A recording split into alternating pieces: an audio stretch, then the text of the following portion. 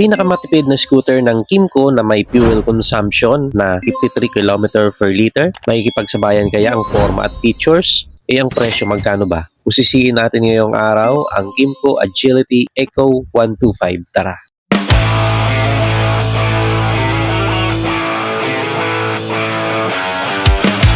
May tatlong kulay ang Kymco Agility Eco 125. May cloud gray, matte brown na nasa harapan natin ngayon, at dark gray metallic. Sa forma mga boss, alam mong pang utility talaga siya. Pang support personal, pang work, pang business, kasi may kasama na siyang top box na 30 liters ang capacity. Pwede siya sa beginner or mga lady rider dahil mababa lang din ang kanyang seat height. Sa fairings, makikita na hindi basta-basta ang materials. Alam naman natin na basta Kymco, quality din talaga. Meron siyang Kymco logo dito or badge sa pinaka-center. Decals na 125 both side dito sa gilid ng bandang unahan. At emblem naman, Agility Eco, highlighted siya dito sa bandang likuran.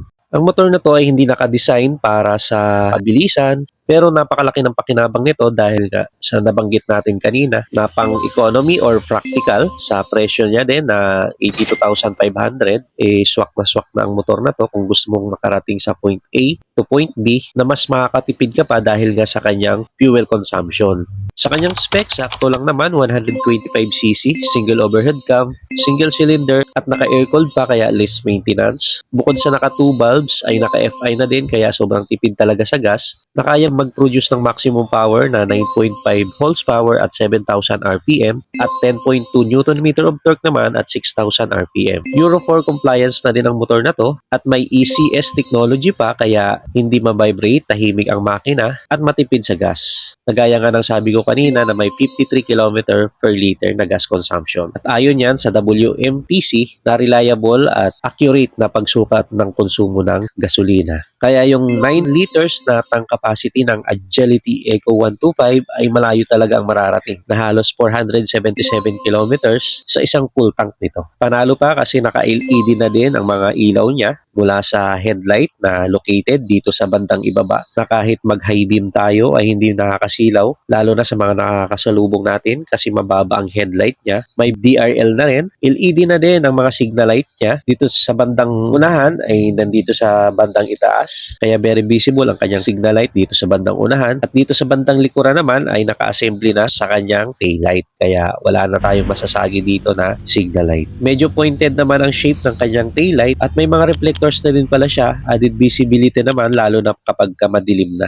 At napansin ko din ang kanyang backride footbag, ayos na ayos to dahil merong rubber yung kanyang apakan at alloy din ang ginamit na material dito. Kung gusto mo siyang ilabas, push lang at pagka tiniklop, ipupush lang din natin ulit pabalik. Isang sa kapansin-pansin at pinagmamalaki ng Kymco Agility Eco 125 ay ang kanyang malawak na gulay board or footboard na talagang napakalaki or marami tayong pwedeng mailagay dito kapag marami tayong mga dalahin or mga pinamili. Siguradong easy lang yan ikarga dito. Plus sobrang kapakipakinabang pa ang compartment dito sa kanyang bandang harapan, left and right. Malalim na rin kasi may carabiner hook pa dito sa pinakagitna na pwede naman natin pagsabitan ng mga eco bag or mga plastic bag. Dito sa left side na compartment ay mayroon na tayong makikita na built-in na charging port. Merong type A and type C. Kaya may option tayo kung aling cord yung pwede nating dalhin dito at kung anong cord na available sa atin dahil nga dalawa na po yung charging port niya. Kaya no worries tayo dito kung sakaling malobat man tayo sa mahabang biyahe. Pwede na tayo dito mag-charge. At nung silipin ko yung kanyang underseat compartment ay pwede na rin talaga. Kasya na ang regular na helmet or yung half face. Alanganing magkasya yung full face na helmet kaya mayroon silang dalawang hook dito para sa mga full face na helmet or para sa helmet ng ating backride.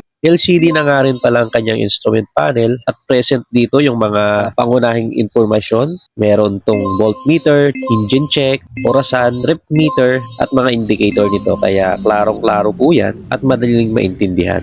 Sa mga switches naman nito dito sa kaliwa, merong high and low, turn signals at busina.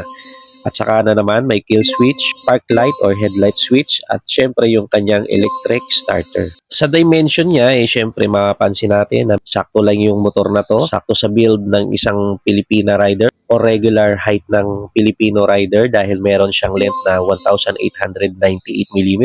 May width siya na 682 mm at height naman na 1,129 mm.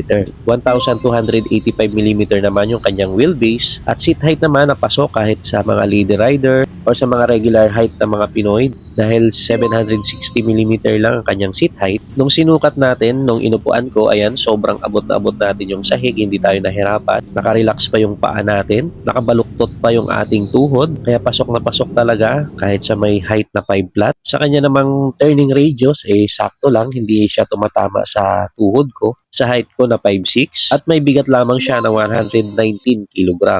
Ang sukat ng kanyang gulong dito sa may harapan ay 90/90/12 at sa likuran naman ay 190/10. Naka-standard telescopic fork siya dito sa kanyang harapan at naka-unit swing arm naman dito sa may likuran.